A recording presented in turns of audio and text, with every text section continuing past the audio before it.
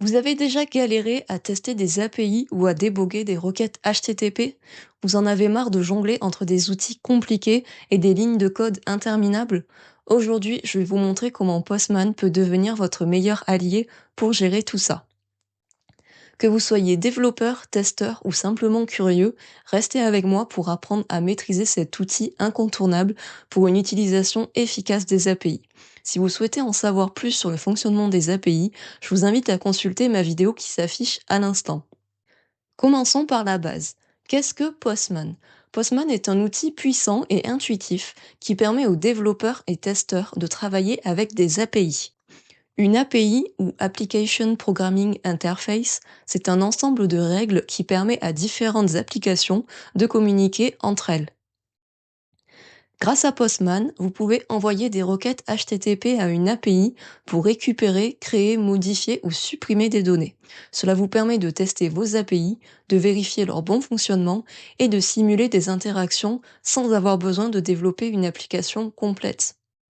Avant de commencer, assurez-vous d'avoir un ordinateur sous Windows, macOS ou Linux et une connexion Internet. Vous n'avez besoin d'aucune compétence technique avancée pour suivre cette vidéo, mais une compréhension de base des concepts d'API et des requêtes HTTP serait un plus. Maintenant que vous savez ce qu'est Postman et à quoi il sert, on va passer au téléchargement. Alors pour cela, on se rend sur le site officiel de Postman, à savoir postman.com. Donc je clique.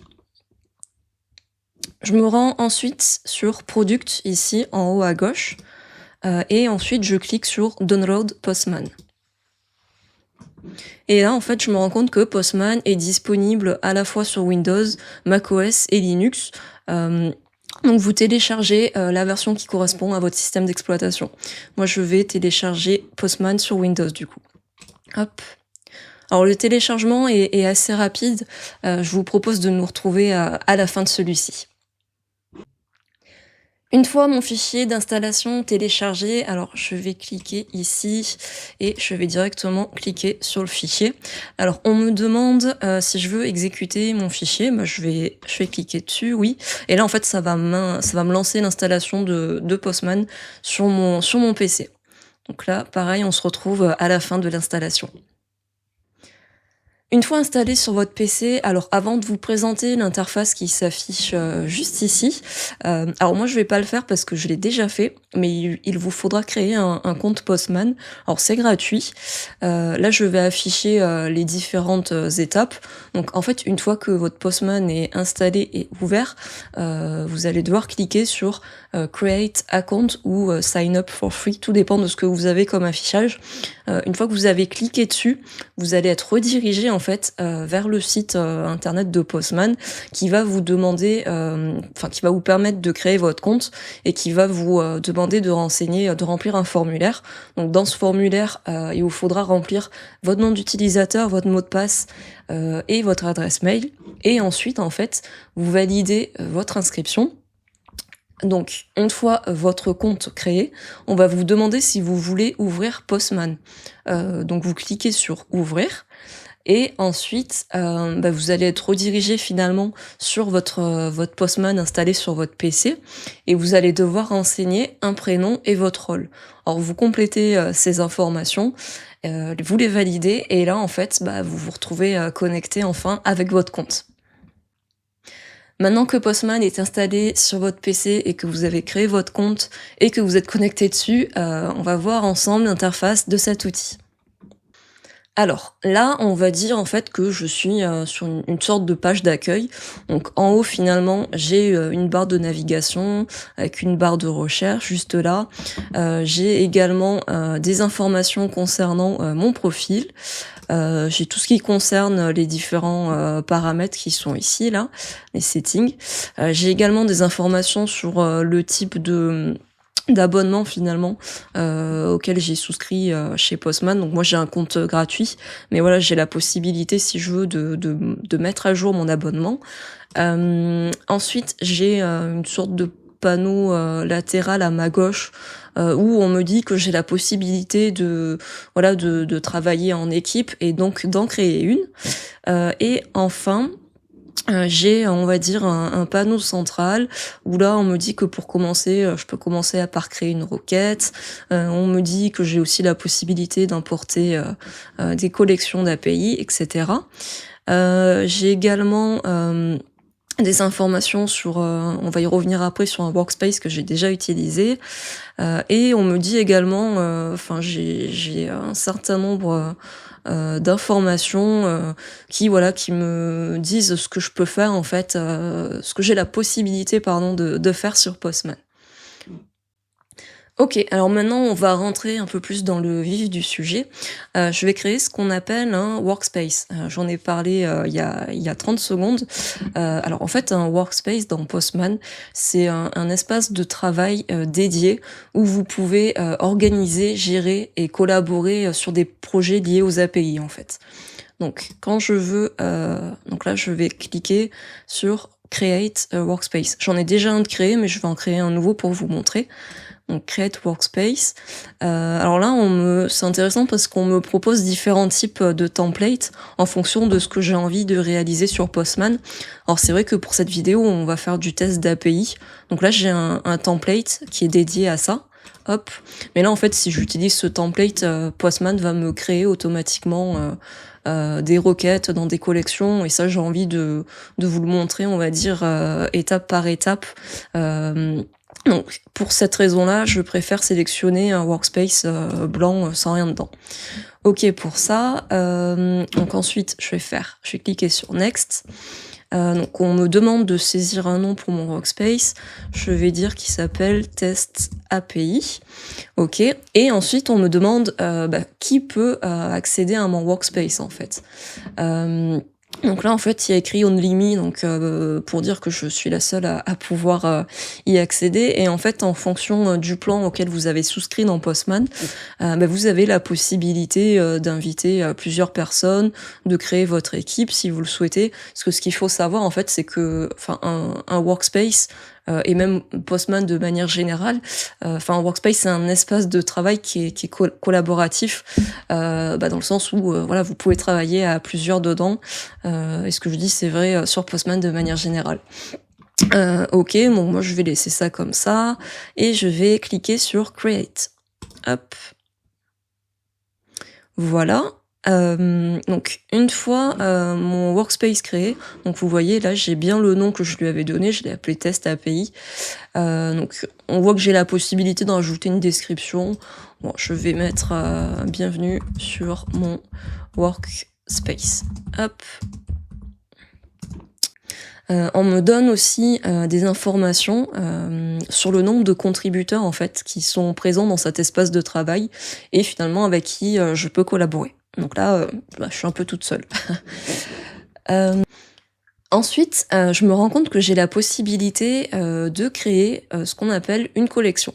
Alors, une collection, en fait, c'est un regroupement de toutes vos requêtes API. Donc, en général, c'est par projet. Et finalement, ça permet de structurer et d'organiser vos requêtes pour faciliter le travail sur des projets API, qu'ils soient simples ou complexes. Alors pour les tests de requêtes, ce que je vais faire, je vais utiliser la même API, donc je vais tout regrouper finalement dans la même collection. Par exemple, je vais créer une collection qui va s'appeler, hop, je me suis trompée. Les requêtes, on reviendra dessus après. Donc je vais créer, donc ma collection là, je l'ai créée. Je vais lui donner un nom. Alors pour lui donner un nom, je clique sur les 3 petits points. Et je vais faire rename, je vais l'appeler Test API JSON Placeholder. C'est le nom de l'API qu'on va utiliser juste après. Hop, je fais entrer. Donc vous voyez le nom de ma collection c'est bien mis à jour. Là c'est pareil comme le workspace, j'ai la possibilité de renseigner une description, sachant en général, alors c'est peut-être pas sûr dans tous les cas, mais en général dans les descriptions des collections, on retrouve finalement la documentation concernant l'API qui précise finalement comment on doit utiliser les requêtes et les configurer. Donc je vous montrerai ça à la fin de la démonstration. Maintenant, on va passer à la création de requêtes. Alors, j'ai ma collection. Comment ça se passe si je veux rajouter une requête dans une collection?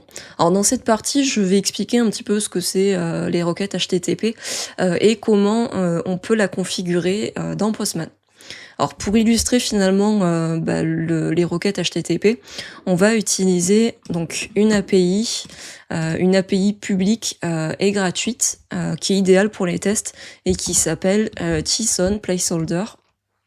Hop, donc je me rends dessus, je vais fermer ça là. Et en fait, c'est une API qui permet de simuler des actions comme la récupération, la création, la mise à jour, la suppression de données. Elle est assez simple à utiliser parce que finalement on n'a pas besoin d'authentification. Donc ça c'est assez sympa. Finalement, en fait, comme vous pouvez le voir, c'est une API qui propose différents types de ressources, comme par exemple les posts et les commentaires qui sont liés aux posts. Et finalement, ça permet un peu de simuler une plateforme de blog en fait, parce que les posts c'est des articles et les commentaires c'est des commentaires sur les articles en question, quoi. Donc je trouve que c'est assez intéressant en fait. Si je regarde au niveau des routes, par exemple, je me rends compte que je peux récupérer une liste de posts, je peux créer un nouveau post, je peux récupérer les commentaires qui sont associés à un post en particulier, je peux mettre à jour un post aussi spécifique, je peux supprimer un post. Donc voilà, c'est vraiment, on va vraiment utiliser. Je trouve ça bien parce que cette API, elle est pratique pour tester différents scénarios en fait, tout en travaillant sur des exemples concrets comme des posts avec leurs commentaires. Donc ça, je trouve ça assez pas mal. Alors, j'ai un guide avec différents exemples qui est juste ici. Donc je vais aller dessus pour un petit peu ce qu'il y a. Et en fait, ce guide, donc, il nous donne des exemples, mais en fait, les exemples, c'est un peu ce qui constitue, la documentation de notre API, en fait. Donc là, on me dit, getting root source, par exemple, pour récupérer un post. Donc voilà, on nous montre la sortie, la réponse de la requête qui est attendue, qui est celle-ci. Ensuite, on me dit, donc ça, c'est une requête qui permet de récupérer tous les posts. Avec une présentation de la réponse qui est attendue, la création d'une ressource comme un post par exemple, la mise à jour d'un post, etc., etc. Donc la première requête qu'on va essayer de faire, c'est une requête get. Alors une requête get, c'est une requête simple dans laquelle on va récupérer des données du serveur. Alors comme requête get, je vais utiliser celle qui me permet d'obtenir tous les posts de mon API. Donc je vais remonter, donc c'est celle-là.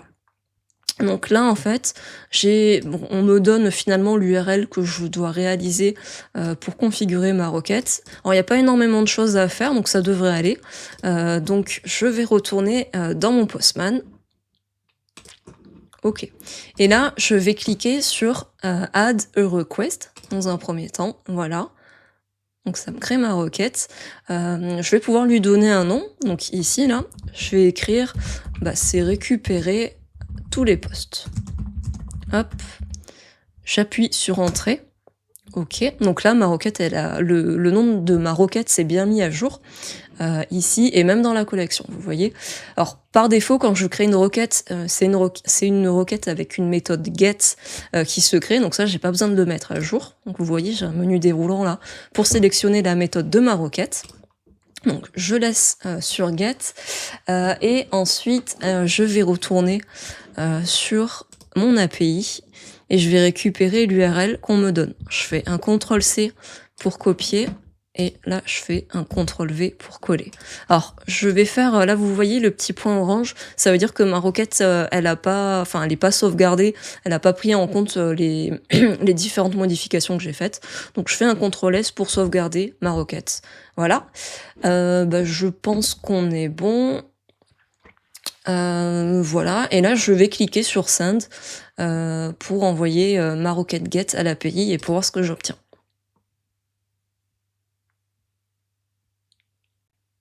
Donc là, en fait, ce qu'on fait, c'est qu'on demande au serveur de me renvoyer une liste complète de tous les posts qui sont disponibles.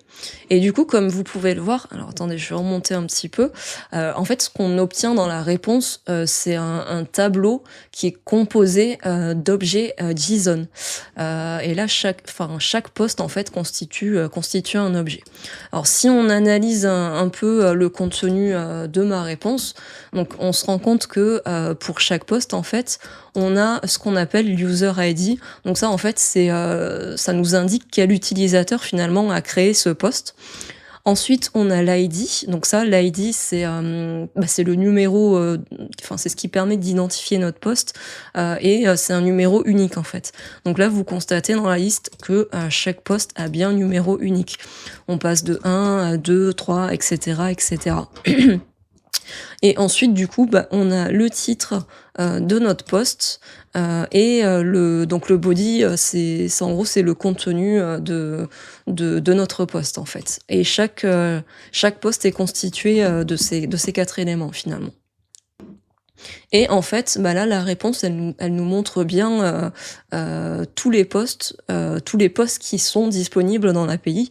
Donc c'est bien ce que j'ai demandé en fait dans ma requête. Et c'est bien, grâce à l'exemple qu'on a utilisé dans l'API, on a pu obtenir ce résultat-là. Donc la documentation de l'API, c'est vraiment très important. Sinon, ça peut être très compliqué de configurer des requêtes. Si vous avez une API, mais si on vous donne pas les informations nécessaires pour configurer les requêtes de l'API. Ensuite, maintenant, j'ai envie de récupérer tous les commentaires qui sont associés à un post spécifique. Alors, je vais retourner sur mon guide d'exemple, mais je vais peut-être retourner sur la page d'accueil. Alors là, voilà, on me donne ce qu'il est possible de réaliser un peu comme requête. Et là, en fait, j'ai une requête qui m'intéresse particulièrement puisqu'elle répondrait en fait à ce que je souhaite faire, c'est-à-dire rechercher tous les commentaires qui sont spécifiques à un post en particulier. Donc, je vais retourner sur mon Postman. Et en fait, donc je vais créer une nouvelle requête. Alors, au lieu de créer une requête vierge, je vais faire ce qu'on appelle, je vais dupliquer ma requête précédente en fait. Comme ça me fait gagner un petit peu de temps et ça fait voir un peu différentes possibilités de créer des requêtes. Alors donc là, j'appuie sur les 3 petits points et je fais duplicate. Ok, je vais lui donner un nouveau nom. Là, je vais l'appeler récupérer les commentaires d'un post. Hop, je fais entrer, donc le nom de ma requête se met bien à jour. Alors je suis toujours sur une requête de type get, puisque là je cherche encore à récupérer des données. Mais ensuite, je vais modifier l'URL de ma requête, parce que là, ce sont les commentaires que je souhaite récupérer. Donc je vais sauvegarder ma requête. CTRL S, voilà. Et ensuite, donc là, ce que j'ai dit, je veux récupérer les commentaires, mais sur un post spécifique. Donc là, en fait, ce que je vais faire, c'est que je vais utiliser ce qu'on appelle les queries, donc les params, les paramètres en fait. En fait, les paramètres permettent d'ajouter des informations complémentaires finalement à notre URL. Donc là, je vais retourner sur mon API et on me dit que donc finalement c'est cette requête là en fait, c'est cette requête get que je souhaite faire. Donc je me rends compte qu'il faudrait que je rajoute, je me rends compte qu'il me manque quelque chose à mon URL. Donc je vais rajouter dans mes paramètres le post ID. Hop, je retourne dans mon Postman. Donc là, je fais post ID. Alors, je fais bien attention à l'écriture, à bien respecter les majuscules, les minuscules. Et vous voyez là dans mon URL se met à jour en fait au fur et à mesure que je rajoute le paramètre. Et là, je vais écrire comme valeur, j'ai envie d'afficher par exemple tous les commentaires qui sont liés à mon post ID de valeur 5 par exemple. Hop, donc je clique sur Entrée, je fais CTRL S pour sauvegarder ma requête. Et là, en fait, donc j'ai ma requête qui est configurée. Donc si je fais un send, hop,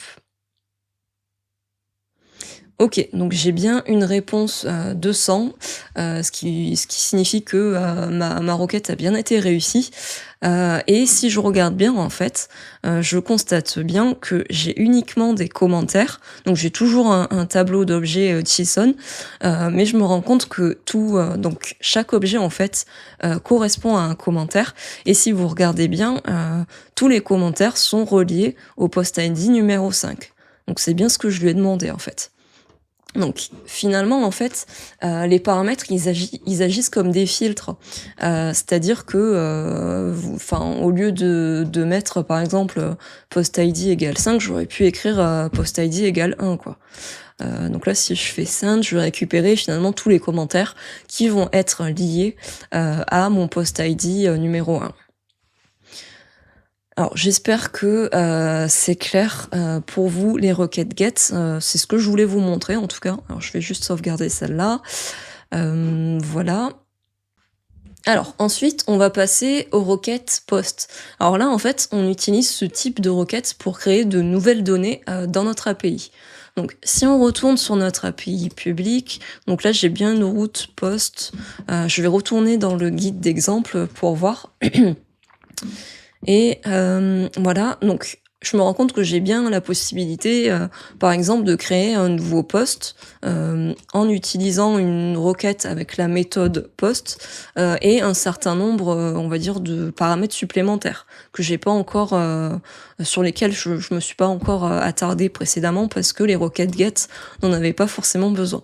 Donc je vais retourner sur mon Postman pour créer finalement ma nouvelle requête post. Alors c'est parti. Alors, je vais dupliquer une nouvelle fois ma précédente requête. Hop. Et je vais la renommer ici. Je vais l'appeler créer un nouveau post. Voilà, je fais entrer. Alors là, on n'est plus sur une requête de type get, mais de type post. Donc au niveau de ma méthode, je clique ici et je sélectionne la méthode post. Ok. Ensuite, j'ai plus besoin de paramètres comme précédemment. D'ailleurs, j'aurais pu, au lieu de dupliquer cette requête-là, j'aurais pu dupliquer la première requête que j'avais réalisée. C'est pas très grave. Ensuite, au niveau de l'URL, alors là, je suis plus sur les commentaires, je suis sur les posts vu que je veux créer un nouveau post. Ok. Alors, je vais faire CTRL-S pour sauvegarder ma nouvelle requête. Alors. Donc, au niveau de l'URL, ça, on est bon. Au niveau de la méthode, j'ai bien sélectionné une méthode post. Donc ça, c'est nickel. Ensuite, alors, il y a les éléments du body. Je vais y revenir juste à la fin. Là, je vais renseigner ce qu'on appelle les headers. Alors, les headers, en fait, ce sont des informations, on va dire, supplémentaires. Comme le type de contenu en fait qui est attendu en retour. Donc là, par exemple, on me dit de mettre application JSON. Finalement, c'est pour recevoir des données au format JSON. Sachant que ce type de headers, souvent dans les API, on doit renseigner cette information-là. Enfin moi, en tout cas, dans le travail que j'ai pu faire quand j'ai dû utiliser Postman, j'ai souvent eu dans les headers un content type de type application JSON. Ok.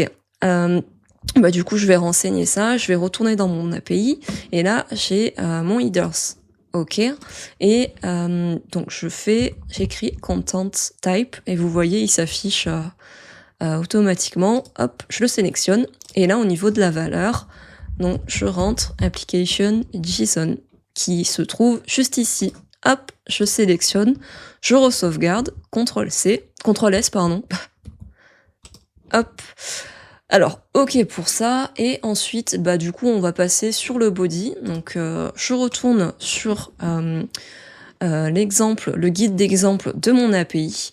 Et en fait, les informations qui sont contenues dans le body, ce sont les données finalement qu'on veut envoyer, qui sont généralement au format JSON. Ok. Alors là, je vais récupérer. Alors, j'avais préparé en parallèle des données dans mon body parce que là, j'aime pas trop la manière dont c'est écrit. Donc ce que je vais faire, donc je vais dans mon body et je sélectionne pour enseigner ces données-là. Donc je clique sur Raw, Format JSON, hop, et je fais un copier-coller. Alors c'est exactement les mêmes données qui sont contenues là. Là on me dit que c'est du JSON. On me dit que j'ai un titre, un body et que je dois mettre un user ID finalement pour dire quel est l'utilisateur qui crée ce nouveau post en fait. Donc j'ai besoin de ces 3 éléments en fait, de renseigner ces 3 éléments dans mon body. Donc je retourne sur mon Postman, donc là c'est bien ce que j'ai fait, j'ai renseigné dans mon titre mon nouveau post, dans mon body ceci est le contenu de mon nouveau post, et l'user ID 1. Oups. Ok, donc là normalement c'est bon. Ce que je vais faire, alors je vais sauvegarder, CTRL S, et je vais cliquer sur Send pour voir un petit peu ce qui se passe. Et là, en fait, donc une fois la requête envoyée, je peux voir en bas que j'obtiens une réponse 201. Alors 201, pas 200 parce que 201 en fait, ce qui signifie que ma nouvelle ressource, mon nouveau post, a bien été créé avec succès. Alors que les requêtes GET, on obtient une réponse 200, ce qui signifie qu'on a bien récupéré les données du serveur. Ce que je vois dans ma réponse, alors je vais retourner sur l'API. Donc l'API nous donne ce qu'on doit obtenir finalement dans notre réponse de requête. Donc je dois obtenir l'ID. Donc l'ID c'est l'identification unique de mon post. Donc je dois obtenir l'ID de mon post, le titre, le body et l'user ID. Ok, donc là on me dit quelque chose d'important, la ressource ne sera pas mise à jour sur le serveur. Ok, donc ce qui veut dire que j'ai créé ma ressource, mais si par exemple je fais une requête get pour obtenir de nouveau tous les posts, elle apparaîtra pas dans ma requête get en fait. Donc ça c'est intéressant de le savoir.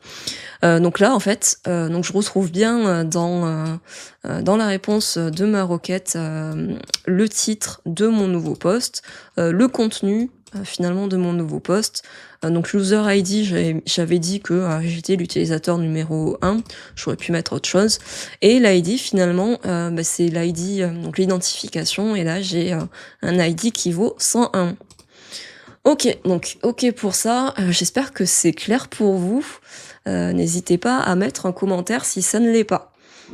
Alors je voulais juste revenir par rapport à la petite remarque qu'ils ont rajouté ici, et faire un get, récupérer tous les posts. Donc normalement là, si je refais un get, je devrais pas voir apparaître le nouveau post que je viens de créer. Et si je vais en bas, ouais, voilà, ça s'arrête bien au post ID numéro 100. Ok, donc ça c'est normal. C'est bien de le savoir quand même. Alors maintenant, on va passer aux requêtes put. Alors une requête put, elle permet de mettre à jour une ressource existante. On va dire que j'ai envie de modifier le titre et le body par exemple, de ce post-là. Donc du post avec l'ID 99. Parce que, en fait, comme le post que j'ai créé précédemment, il est pas visible, il est pas envoyé sur l'API directement, je vais pas pouvoir modifier le post que j'ai créé juste avant en fait. Faut que j'utilise une donnée qui existe. Alors je vais retourner sur mon guide d'exemple et là donc j'ai bien une méthode. Une requête qui me permet d'utiliser la méthode put. Donc là, j'ai un exemple qui est intéressant puisque c'est pour mettre à jour un commentaire existant. Donc je me rends compte que j'ai un body avec l'ID de mon post à renseigner. J'ai le titre, le body, l'user ID et j'ai les headers également, donc comme quand on a créé un nouveau post précédemment. Alors, je retourne sur mon Postman. Je vais dupliquer ma précédente requête. Hop, voilà. Et je la renomme en mettre à jour un post. Ok, je clique sur Entrée. Alors là, on n'est plus sur une méthode post, on est sur une méthode put. Donc je sélectionne la bonne méthode, au niveau de l'URL. Je retourne sur mon guide d'exemple. Donc là, en fait, j'ai en paramètre l'ID de mon post que je souhaite mettre à jour. Ok, donc moi j'ai dit le 99. Bon là c'est pareil, c'était pour prendre un exemple, mais vous pouvez prendre autre chose si vous voulez. Donc je mets ça, ok. Donc je fais CTRL S pour sauvegarder ma nouvelle requête. Au niveau des headers, alors ils sont toujours là vu que je les avais avec ma duplication, ils sont toujours là. Et au niveau du body, donc là c'est là que ça change un petit peu. Alors, dans mon exemple, on me dit que je dois bien rajouter l'ID du post que je souhaite mettre à jour. Donc, je vais rajouter ici, hop, ID, hop, 2.99 pour modifier le post ID 99. Et au niveau de mon titre, je vais écrire mon post mise à jour, par exemple. Au niveau de mon body, je vais écrire ceci est le nouveau contenu du post 99. Mince, pardon. Hop. Donc, CTRL S pour sauvegarder. Ok. Là, je pense que tout est configuré. J'ai pas fait d'erreur. J'ai plus qu'à envoyer ma requête. Ok, donc là, je clique sur Send. Et là, je reçois bien une réponse 200 m'indiquant finalement que la mise à jour a bien été effectuée. Et la réponse me renvoie également, donc comme ce qui est écrit sur l'exemple, la réponse en fait me renvoie mon numéro de post ID, donc qui est le 99. C'est bien ce que j'avais configuré. Le titre a bien été mis à jour, le body aussi, et l'user ID, lui, je l'avais pas forcément changé. Donc voilà, donc j'ai bien ce qu'il faut dans ma réponse en tout cas. Il faut savoir qu'on a aussi des requêtes de type patch. Donc vous voyez là dans mon Postman, j'ai la possibilité d'utiliser cette méthode. Et en fait, alors je vais pas faire une démonstration sur cette méthode-là, sachant que voilà vous avez un exemple aussi dans le guide d'exemple qu'on utilise. Mais en fait, ce qu'il faut savoir, c'est que contrairement à la requête put, qui remplace entièrement les données existantes en fait par celles qu'on envoie, la requête patch, elle va seulement, on va dire, fusionner ou mettre à jour les parties spécifiques des données que tu changes, tout en laissant finalement le reste des données intactes. Je sais pas si c'est très clair ce que je dis. Moi, en tout cas, c'est comme ça que j'ai toujours compris en fait la différence qu'il y avait entre ces deux méthodes qui finalement permettent quand même de faire des mises à jour. Donc voilà, si c'est pas très clair, n'hésitez pas aussi à laisser un commentaire sous la vidéo. Ok, et enfin, on va finir avec, au niveau des requêtes, on va finir avec la requête delete qui tout simplement permet de supprimer une ressource. Donc normalement, je crois que j'ai un exemple sur mon guide. Donc c'est assez simple, c'est un peu comme les requêtes get. Donc j'ai mon URL. Je précise là par exemple je suis sur les posts, donc je précise quel post ID je veux supprimer. Je sélectionne la méthode delete et normalement on est tout bon. Ok, là du coup je vais retourner sur mon Postman pour créer ma requête delete. Alors j'ai pas forcément d'intérêt je peux dupliquer éventuellement une requête get. Après je peux aussi cliquer là sur les 3 petits points. Je vais essayer ça. Donc on clique ici et on fait add request. Ça marche aussi très bien. Ok, alors je vais l'appeler supprimer un post. Hop, je fais entrer. Alors au niveau de la méthode, donc je suis sur une méthode delete. CTRL S pour sauvegarder ce que j'ai fait et là je vais renseigner mon URL. Hop, hop, hop. Et là, par exemple, je vais dire que je veux supprimer le post ID numéro 5, par exemple. Hop, donc je fais CTRL S pour sauvegarder. Et là, normalement, j'ai configuré tout ce qu'il fallait. Donc je vais cliquer sur Send pour voir un petit peu ce qui se passe. Alors là, normalement, au niveau de ma réponse, donc je dois avoir je dois avoir une réponse feed, donc ce qui est conforme à ce qui est attendu. J'ai bien une réponse 200 qui me dit que ma requête a bien réussi. Et là, en fait, quand on supprime une donnée, on renvoie rien en fait dans la réponse. Alors des fois, on peut avoir un code 204 qui vous dit que votre requête est bien passée. Voilà, là j'ai un code 200, mais des fois ça peut être 204 aussi. Et en général, on n'a rien dans la réponse. Ok pour ça. Voilà ce que je voulais vous montrer au niveau des requêtes. J'espère que ça a été utile pour vous et que c'était convenablement expliqué pour vous permettre de comprendre finalement, on va dire, comment configurer une requête de manière assez basique en utilisant la documentation d'une API.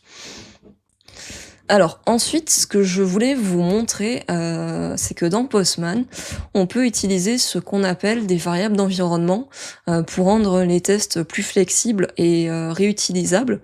Alors, donc on a la possibilité de configurer ces variables d'environnement dans un environnement tout simplement qui peut être global ou ça peut être un environnement un peu spécifique.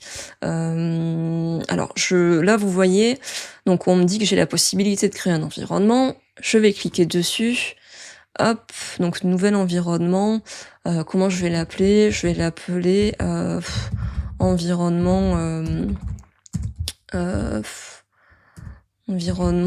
test API, hop, donc je fais entrer, ok, alors, est-ce qu'il me semble que j'ai la possibilité... Alors, je vais définir, je vais dire que c'est mon environnement qui est actif. Voilà. Donc là, je vois bien, j'ai un petit...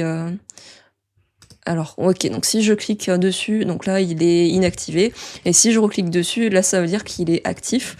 Donc, ce que je vais faire, en fait, par exemple, on se rend compte dans ma collection, donc je vais retourner sur mes requêtes. Vous voyez, par exemple, au niveau du URL, on utilise quand même souvent c'est la même URL qu'on utilise à chaque fois.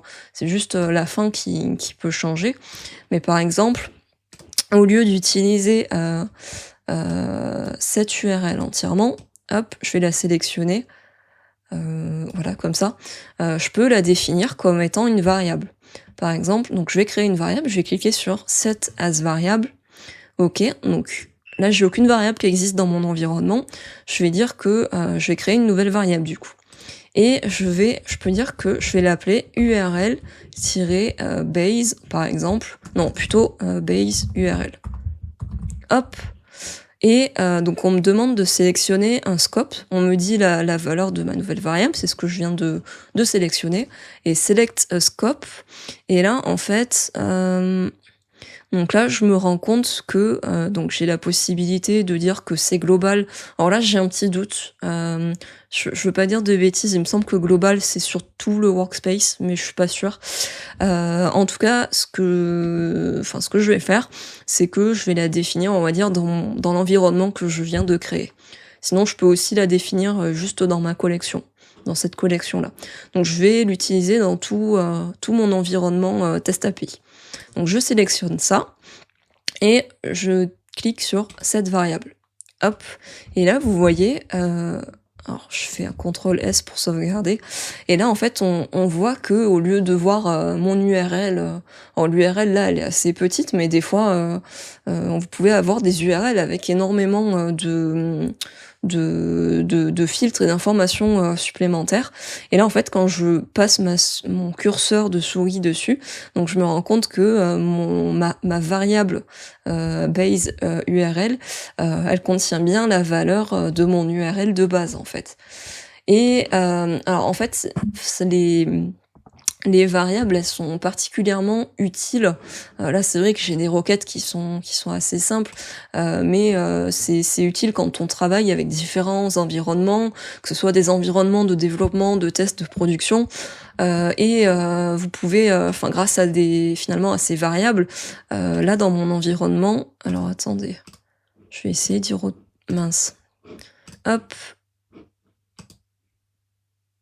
Donc là, vous voyez, j'ai bien ma variable définie, mais on a la possibilité de changer facilement l'URL ou d'autres valeurs sans avoir toute la requête à modifier. Donc c'est super utile. Donc voilà, je voulais vous parler de ça aussi.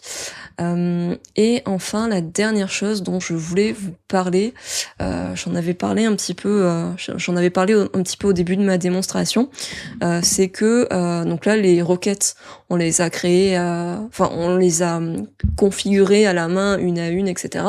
Mais sachez aussi que souvent dans des API existantes, vous avez la possibilité d'importer directement une collection Postman, et les requêtes sont déjà configurées, elles sont déjà organisées dans différentes collections, donc voilà, ça peut être intéressant de le savoir. Donc là par exemple, je vais importer un nouveau dossier, hop, je fais importer, donc ça c'est une collection Postman que j'ai téléchargée sur internet, et là on me demande si je veux importer tous ces éléments. Donc je vais appuyer sur import. Donc là, l'import se réalise. Et là, en fait, donc vous voyez, au fur et à mesure, j'ai plein de collections. Alors, je sais plus ce que c'est comme API. J'ai téléchargé ça un peu, enfin, juste pour vous montrer, en fait, pour vous montrer que c'était possible, souvent, d'importer directement une collection Postman. Et vous voyez, donc, vous avez des collections, différentes collections. Donc là, visiblement, c'est sur des informations de compte, et dans chaque collection, bah, vous avez l'ensemble des requêtes. Et comme vous pouvez le constater, donc quand je clique sur la collection, au niveau de la description, en fait, j'ai bien la description. Alors, je vais faire View Complete Documentation. Pardon. Et là, en fait, quand je défile finalement la description de ma collection, je me rends compte que j'ai bien finalement ça correspond à une description détaillée de toutes les requêtes qui sont situées dans ma collection. Donc là, c'est la première requête post. Donc on me dit finalement, je pense que je vais pas lire et tout, mais on doit probablement dire ce que permet de faire cette requête. Voilà, on vous donne les éléments qui doivent être configurés, donc là dans le body, etc. et etc., etc. en fait. Et sur chaque collection, c'est ça sur chaque collection. Alors des fois c'est pas aussi bien écrit, hein. Mais bon, en général voilà à quoi sert finalement la description. Enfin voilà à quoi ça sert de mettre une description pour chaque collection en fait. Ok, alors c'est à peu près tout ce que je voulais vous montrer pour aujourd'hui sur Postman. Alors je suis pas allée trop loin dans le détail, parce qu'il y a encore beaucoup de choses à approfondir sur cet outil, hein. Mais voilà, ça vous donne une présentation assez globale, en passant finalement de la création d'un workspace à l'utilisation et à la configuration de requêtes. Voilà, nous avons vu comment utiliser Postman pour interagir avec une API publique comme JSON Placeholder et réaliser des requêtes de type GET, POST, PUT et DELETE. Chaque type de requête vous permet d'interagir avec vos données de manière différente, récupérer des informations, en ajouter, les modifier ou les supprimer. Et grâce aux variables d'environnement, vous pouvez simplifier la gestion de vos requêtes et les rendre plus dynamiques. Si cette vidéo vous a été utile, n'oubliez pas de laisser un pouce bleu, de vous abonner pour plus de contenu technique et de partager vos questions ou expériences dans les commentaires. Merci d'avoir regardé et à très bientôt sur Marie Développe.